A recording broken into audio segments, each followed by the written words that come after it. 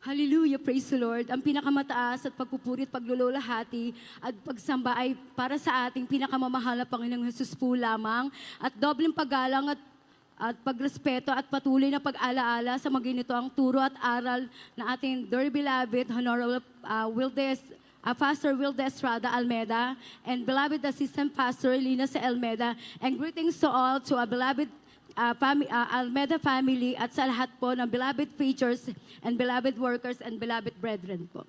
Hallelujah, praise the Lord. Mga minamahal, ako po yung magpapasalamat sa mahal na Panginoon sa kabutihang ginawa niya sa buhay ko at sa himala. Nasave po kami dito, mga minamahal, 1990 sa dako po ng Luneta.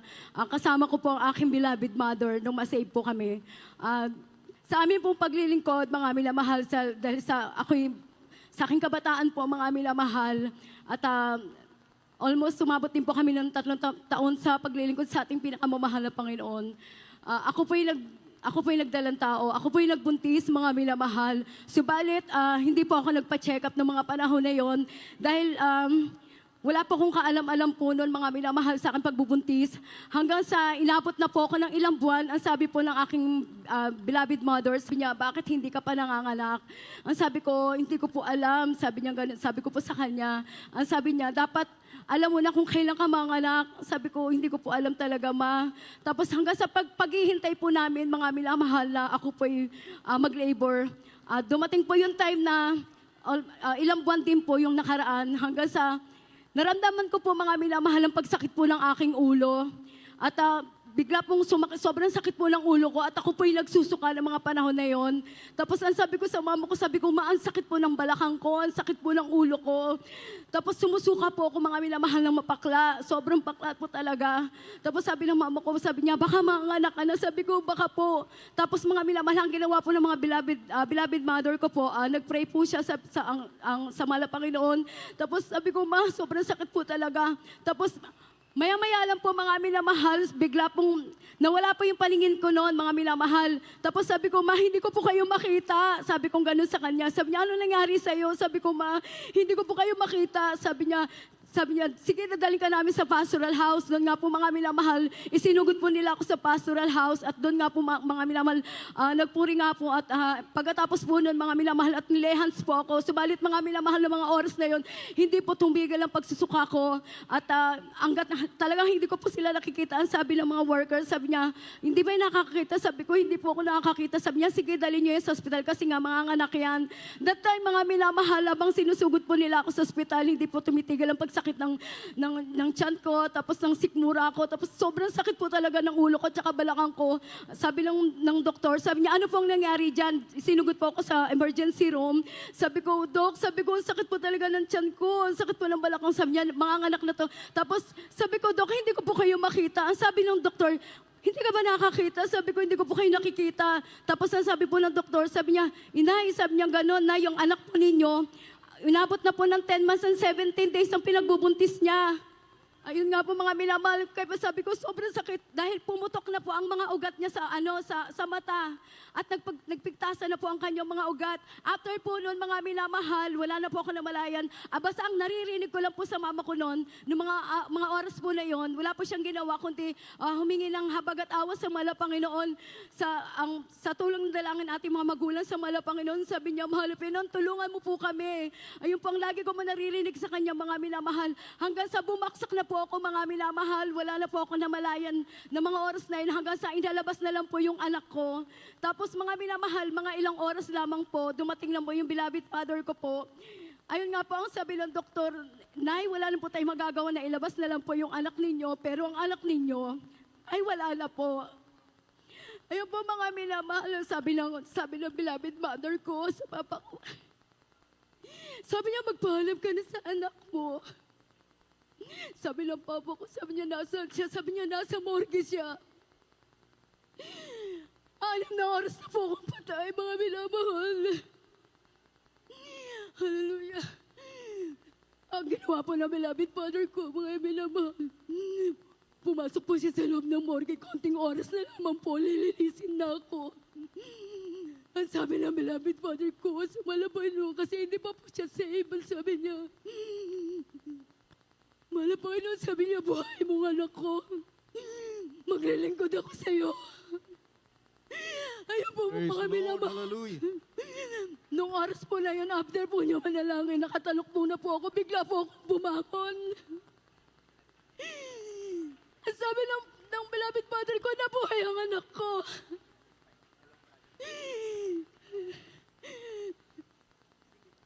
Nung pagkasigaw po ng beloved mother ko, nagtakbuhan po sila sa ospital. Sabi ng mga nurse doon, nabuhay yung patay sa morgue.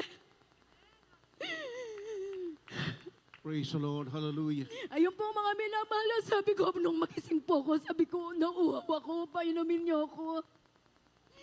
After noon mga minamahal, nung okay na po ako, ililipat na po nila ako ng room. Kinabukasan po,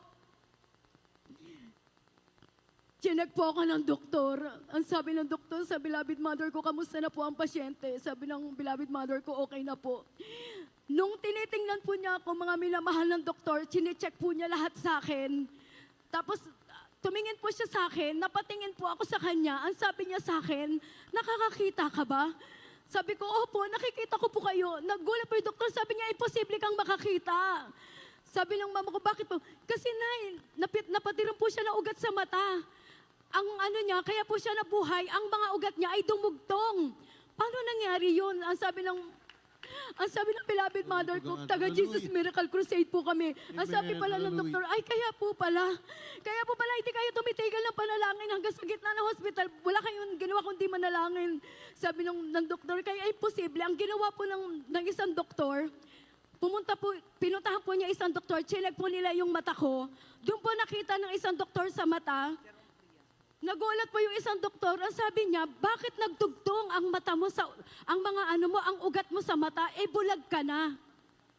Ayun po yung pinagtataka nila, sabi ng mama ko, yun nga po, naglilingkod po kami sa Mala, Panginoon, ang aming mahal na pastor, yun nga inano niya sa ating Wilde Estrada Almeida, at binanggit po ng aking beloved mother, sabi niya, napakalaking himala po, inay, sabi niya ganon, kasi ang mapatiran ka ng ugat, nabuhay ang anak ninyo, tapos napatid po ang ugat niya sa mata, imposible po siyang mabuhay. Yun po ang sabi ng doktor. Tapos, ang sabi niya, ano po bang ipapangalan natin sa anak ninyo? Sabi ng doktor, sabi ko, miracle na lang po. Sabi ng isang doktor, tama. Kasi miracle lang ang nangyari sa buhay ninyo. And praise the Lord. Isang malaking himala. Nay, sabi niya, ang anak ninyo, clam siya ang naging kaso niya, pero napakalaking himala sa buhay ninyo. Siya ay nabuhay at siya ay nakakitang muli. Laking himala po. Ayun po. Kaya ako'y nagpapasalamat sa Mala, Panginoon, kundi dahil sa Mala, baka wala na po ako. Sa paglilingkod po namin, mga minamahal sa Mala, Panginoon, lumibas po ng ilang taon. Ako pa'y nawalay sa Kanya. Ako po'y nagtrabaho. Nagtrabaho po ako sa isang malaking kumpanya. Sa pagtatrabaho ko po, mga minamahal, dinampot po ako ng mga pulis. Sabi niya, magnanakaw ka, sabi ko, wala po akong kinuha. Dinampot po nila ako, mga minamahal. Sabi nila sa akin, sa korte ka magpaliwanag. Niligan po ako nung pinusasan po nila ako. Saka po nila ako dinala sa kulungan. After po ng mga minamahal, nung nangyari yun sa buhay ko, na pinasok na ako sa kulungan, wala akong ibang naisip, kundi ang Mala, Panginoon. Tinawag ko siya. Sabi ko, Mala, matiwarin mo ko. Nung dumating po yung parents ko, at sabi ko, mailabas mo ako dito. Sabi niya, wala tayong pera. Sabi ko, ma, gusto ko lumabas dito. Kasi pinagtitinginan ako ng mga tabi ko. Ang sama ng tingin nila sa akin. Sinasabi ko sa kanya. After mga ilang araw, mga minamahal na ilabas ako. Ang ginawa ko, para makaalis ako doon, mga minamahal. Nagpunta po ako sa dako ng Pampanga at doon po, nag-alay po ako ng ayuno. Nanalangin po ako sa mahal na Panginoon. Humingi po ako ng kapatawaran sa Kanya. Ang sabi ko, mahal na Panginoon, kung makukulong ako ulit, paano po yung anak ko? Pag mawala po ako, wala na po mag-aano sa Kanya. After po noon, mga minahal, nagpuri po ako sa mahal na Panginoon. After ko magpuri, pumasok na po ako sa kwarto. Ang sabi po sa akin, may bumulong po sa akin, buksan mo yung Bible. Binuksan ko po, mga minamahal. Nung pagkabukas ko po, mga minamahal, nabasa ko po doon ang sinabi niya sa akin, huwag kang matakot sapagkat ako'y sumasa iyo. After ko po Amen. Praise the magpuri, Lord. Hallelujah. isang linggo lang po yung lumipas, mga minamahal, nag-hearing po kami. Nagkaharap-harap na po kami ng mga kalaban. Sabi ko sa mahal na Panginoon, wala naman po akong kayang ilalaban sa kanila. Kasi wala po ako, malapelo ng palagi ko binabanggit sa Kanya. Nagkaharap-harap na po kami, mga minamahal. Ang sabi ng kalaban ko, mabubulok ka sa kulungan. Ang sabi ko, hindi. Sabi ko, ililigtas ako ng mahal na Panginoon. Sabi niya, lumabang ka hanggang saan ang kaya mo. Dumating na po yung judge, mga minamahal. Hindi pa kami hilingaan ng mga sasabihin po namin. Bigla po niya sinabi, tapos na yung laban. Wala nang laban, sabi niya, tapos na, dismiss ang kaso. Praise the Lord. Ito ang Hallelujah. sinabi ng mahal na Panginoon sa akin. Ang sabi ko sa judge, sabi ko, paano po yun nangyari? Sabi niya, malaya ka na. Malaya ka na. Sabi ko sa mahal na Panginoon, salamat po.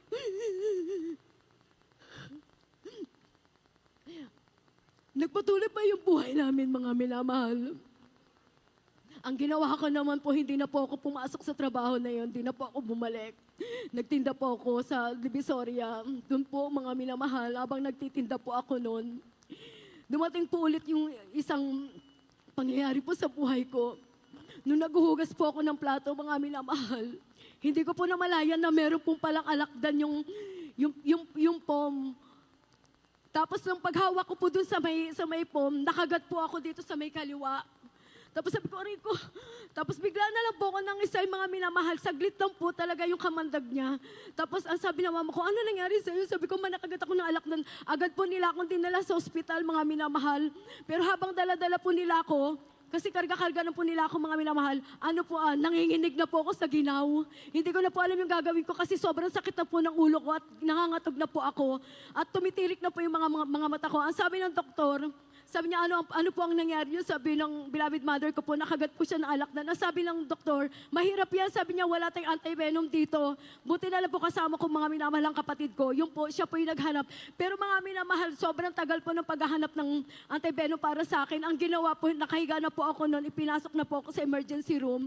Habang nanginginig po ako, ang beloved mother ko po ay hindi po siya nagsawang humingi ng habag sa mahal na Panginoon at kapatawaran at kaligtasan. Agad na naman po siyang nagano sa mahal na Panginoon.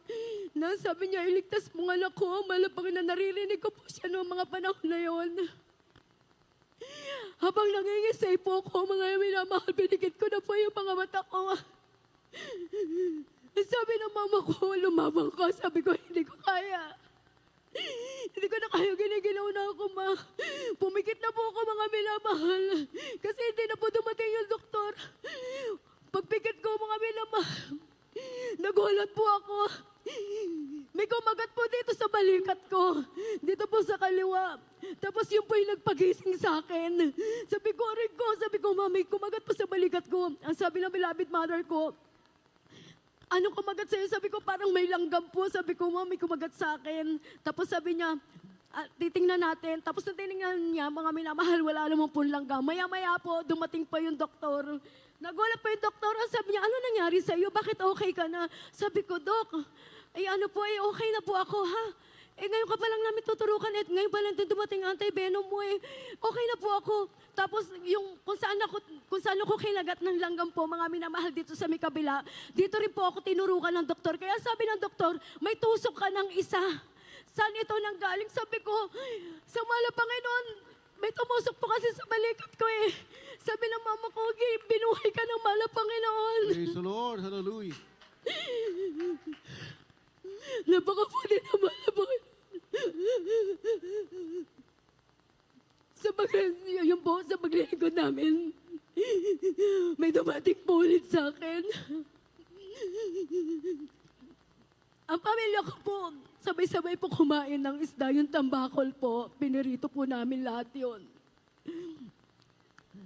Nung kinain po namin yon, mga minamahal, after alauna po namin kinain yon, pagdating ng 3:00, tinamaan po ako. Pero ang mga kasama ko po, hindi po sila tinamaan. Nagsuka po ako na nagsuka, mga minamahal. Sobrang sakit ng ulo ko.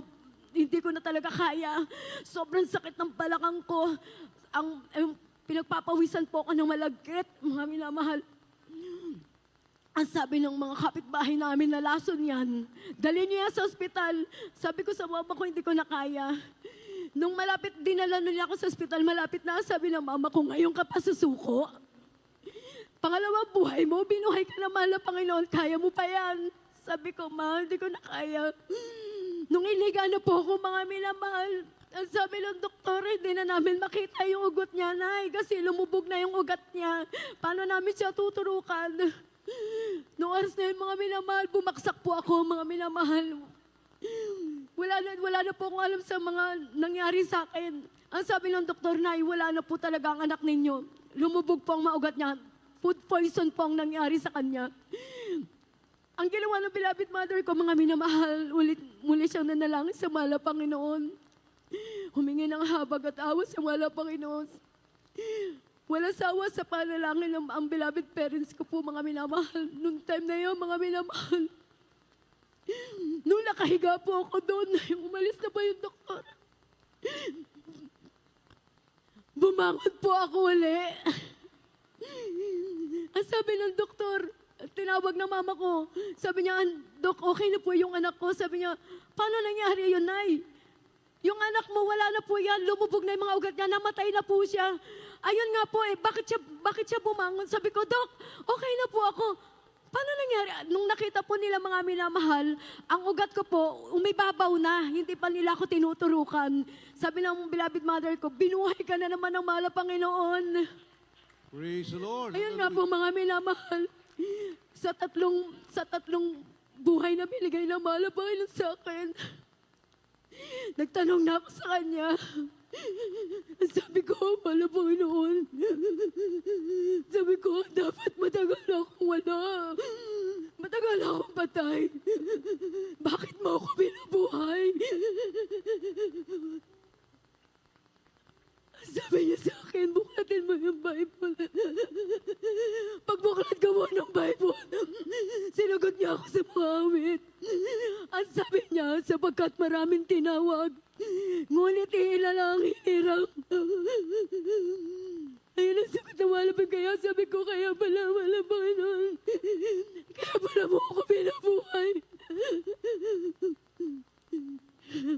Napakadakila ng mahal na Panginoon. Sa buhay na binigay niya sa akin ng pangatlo, wala ka na dapat hahanapin pa sa Kanya.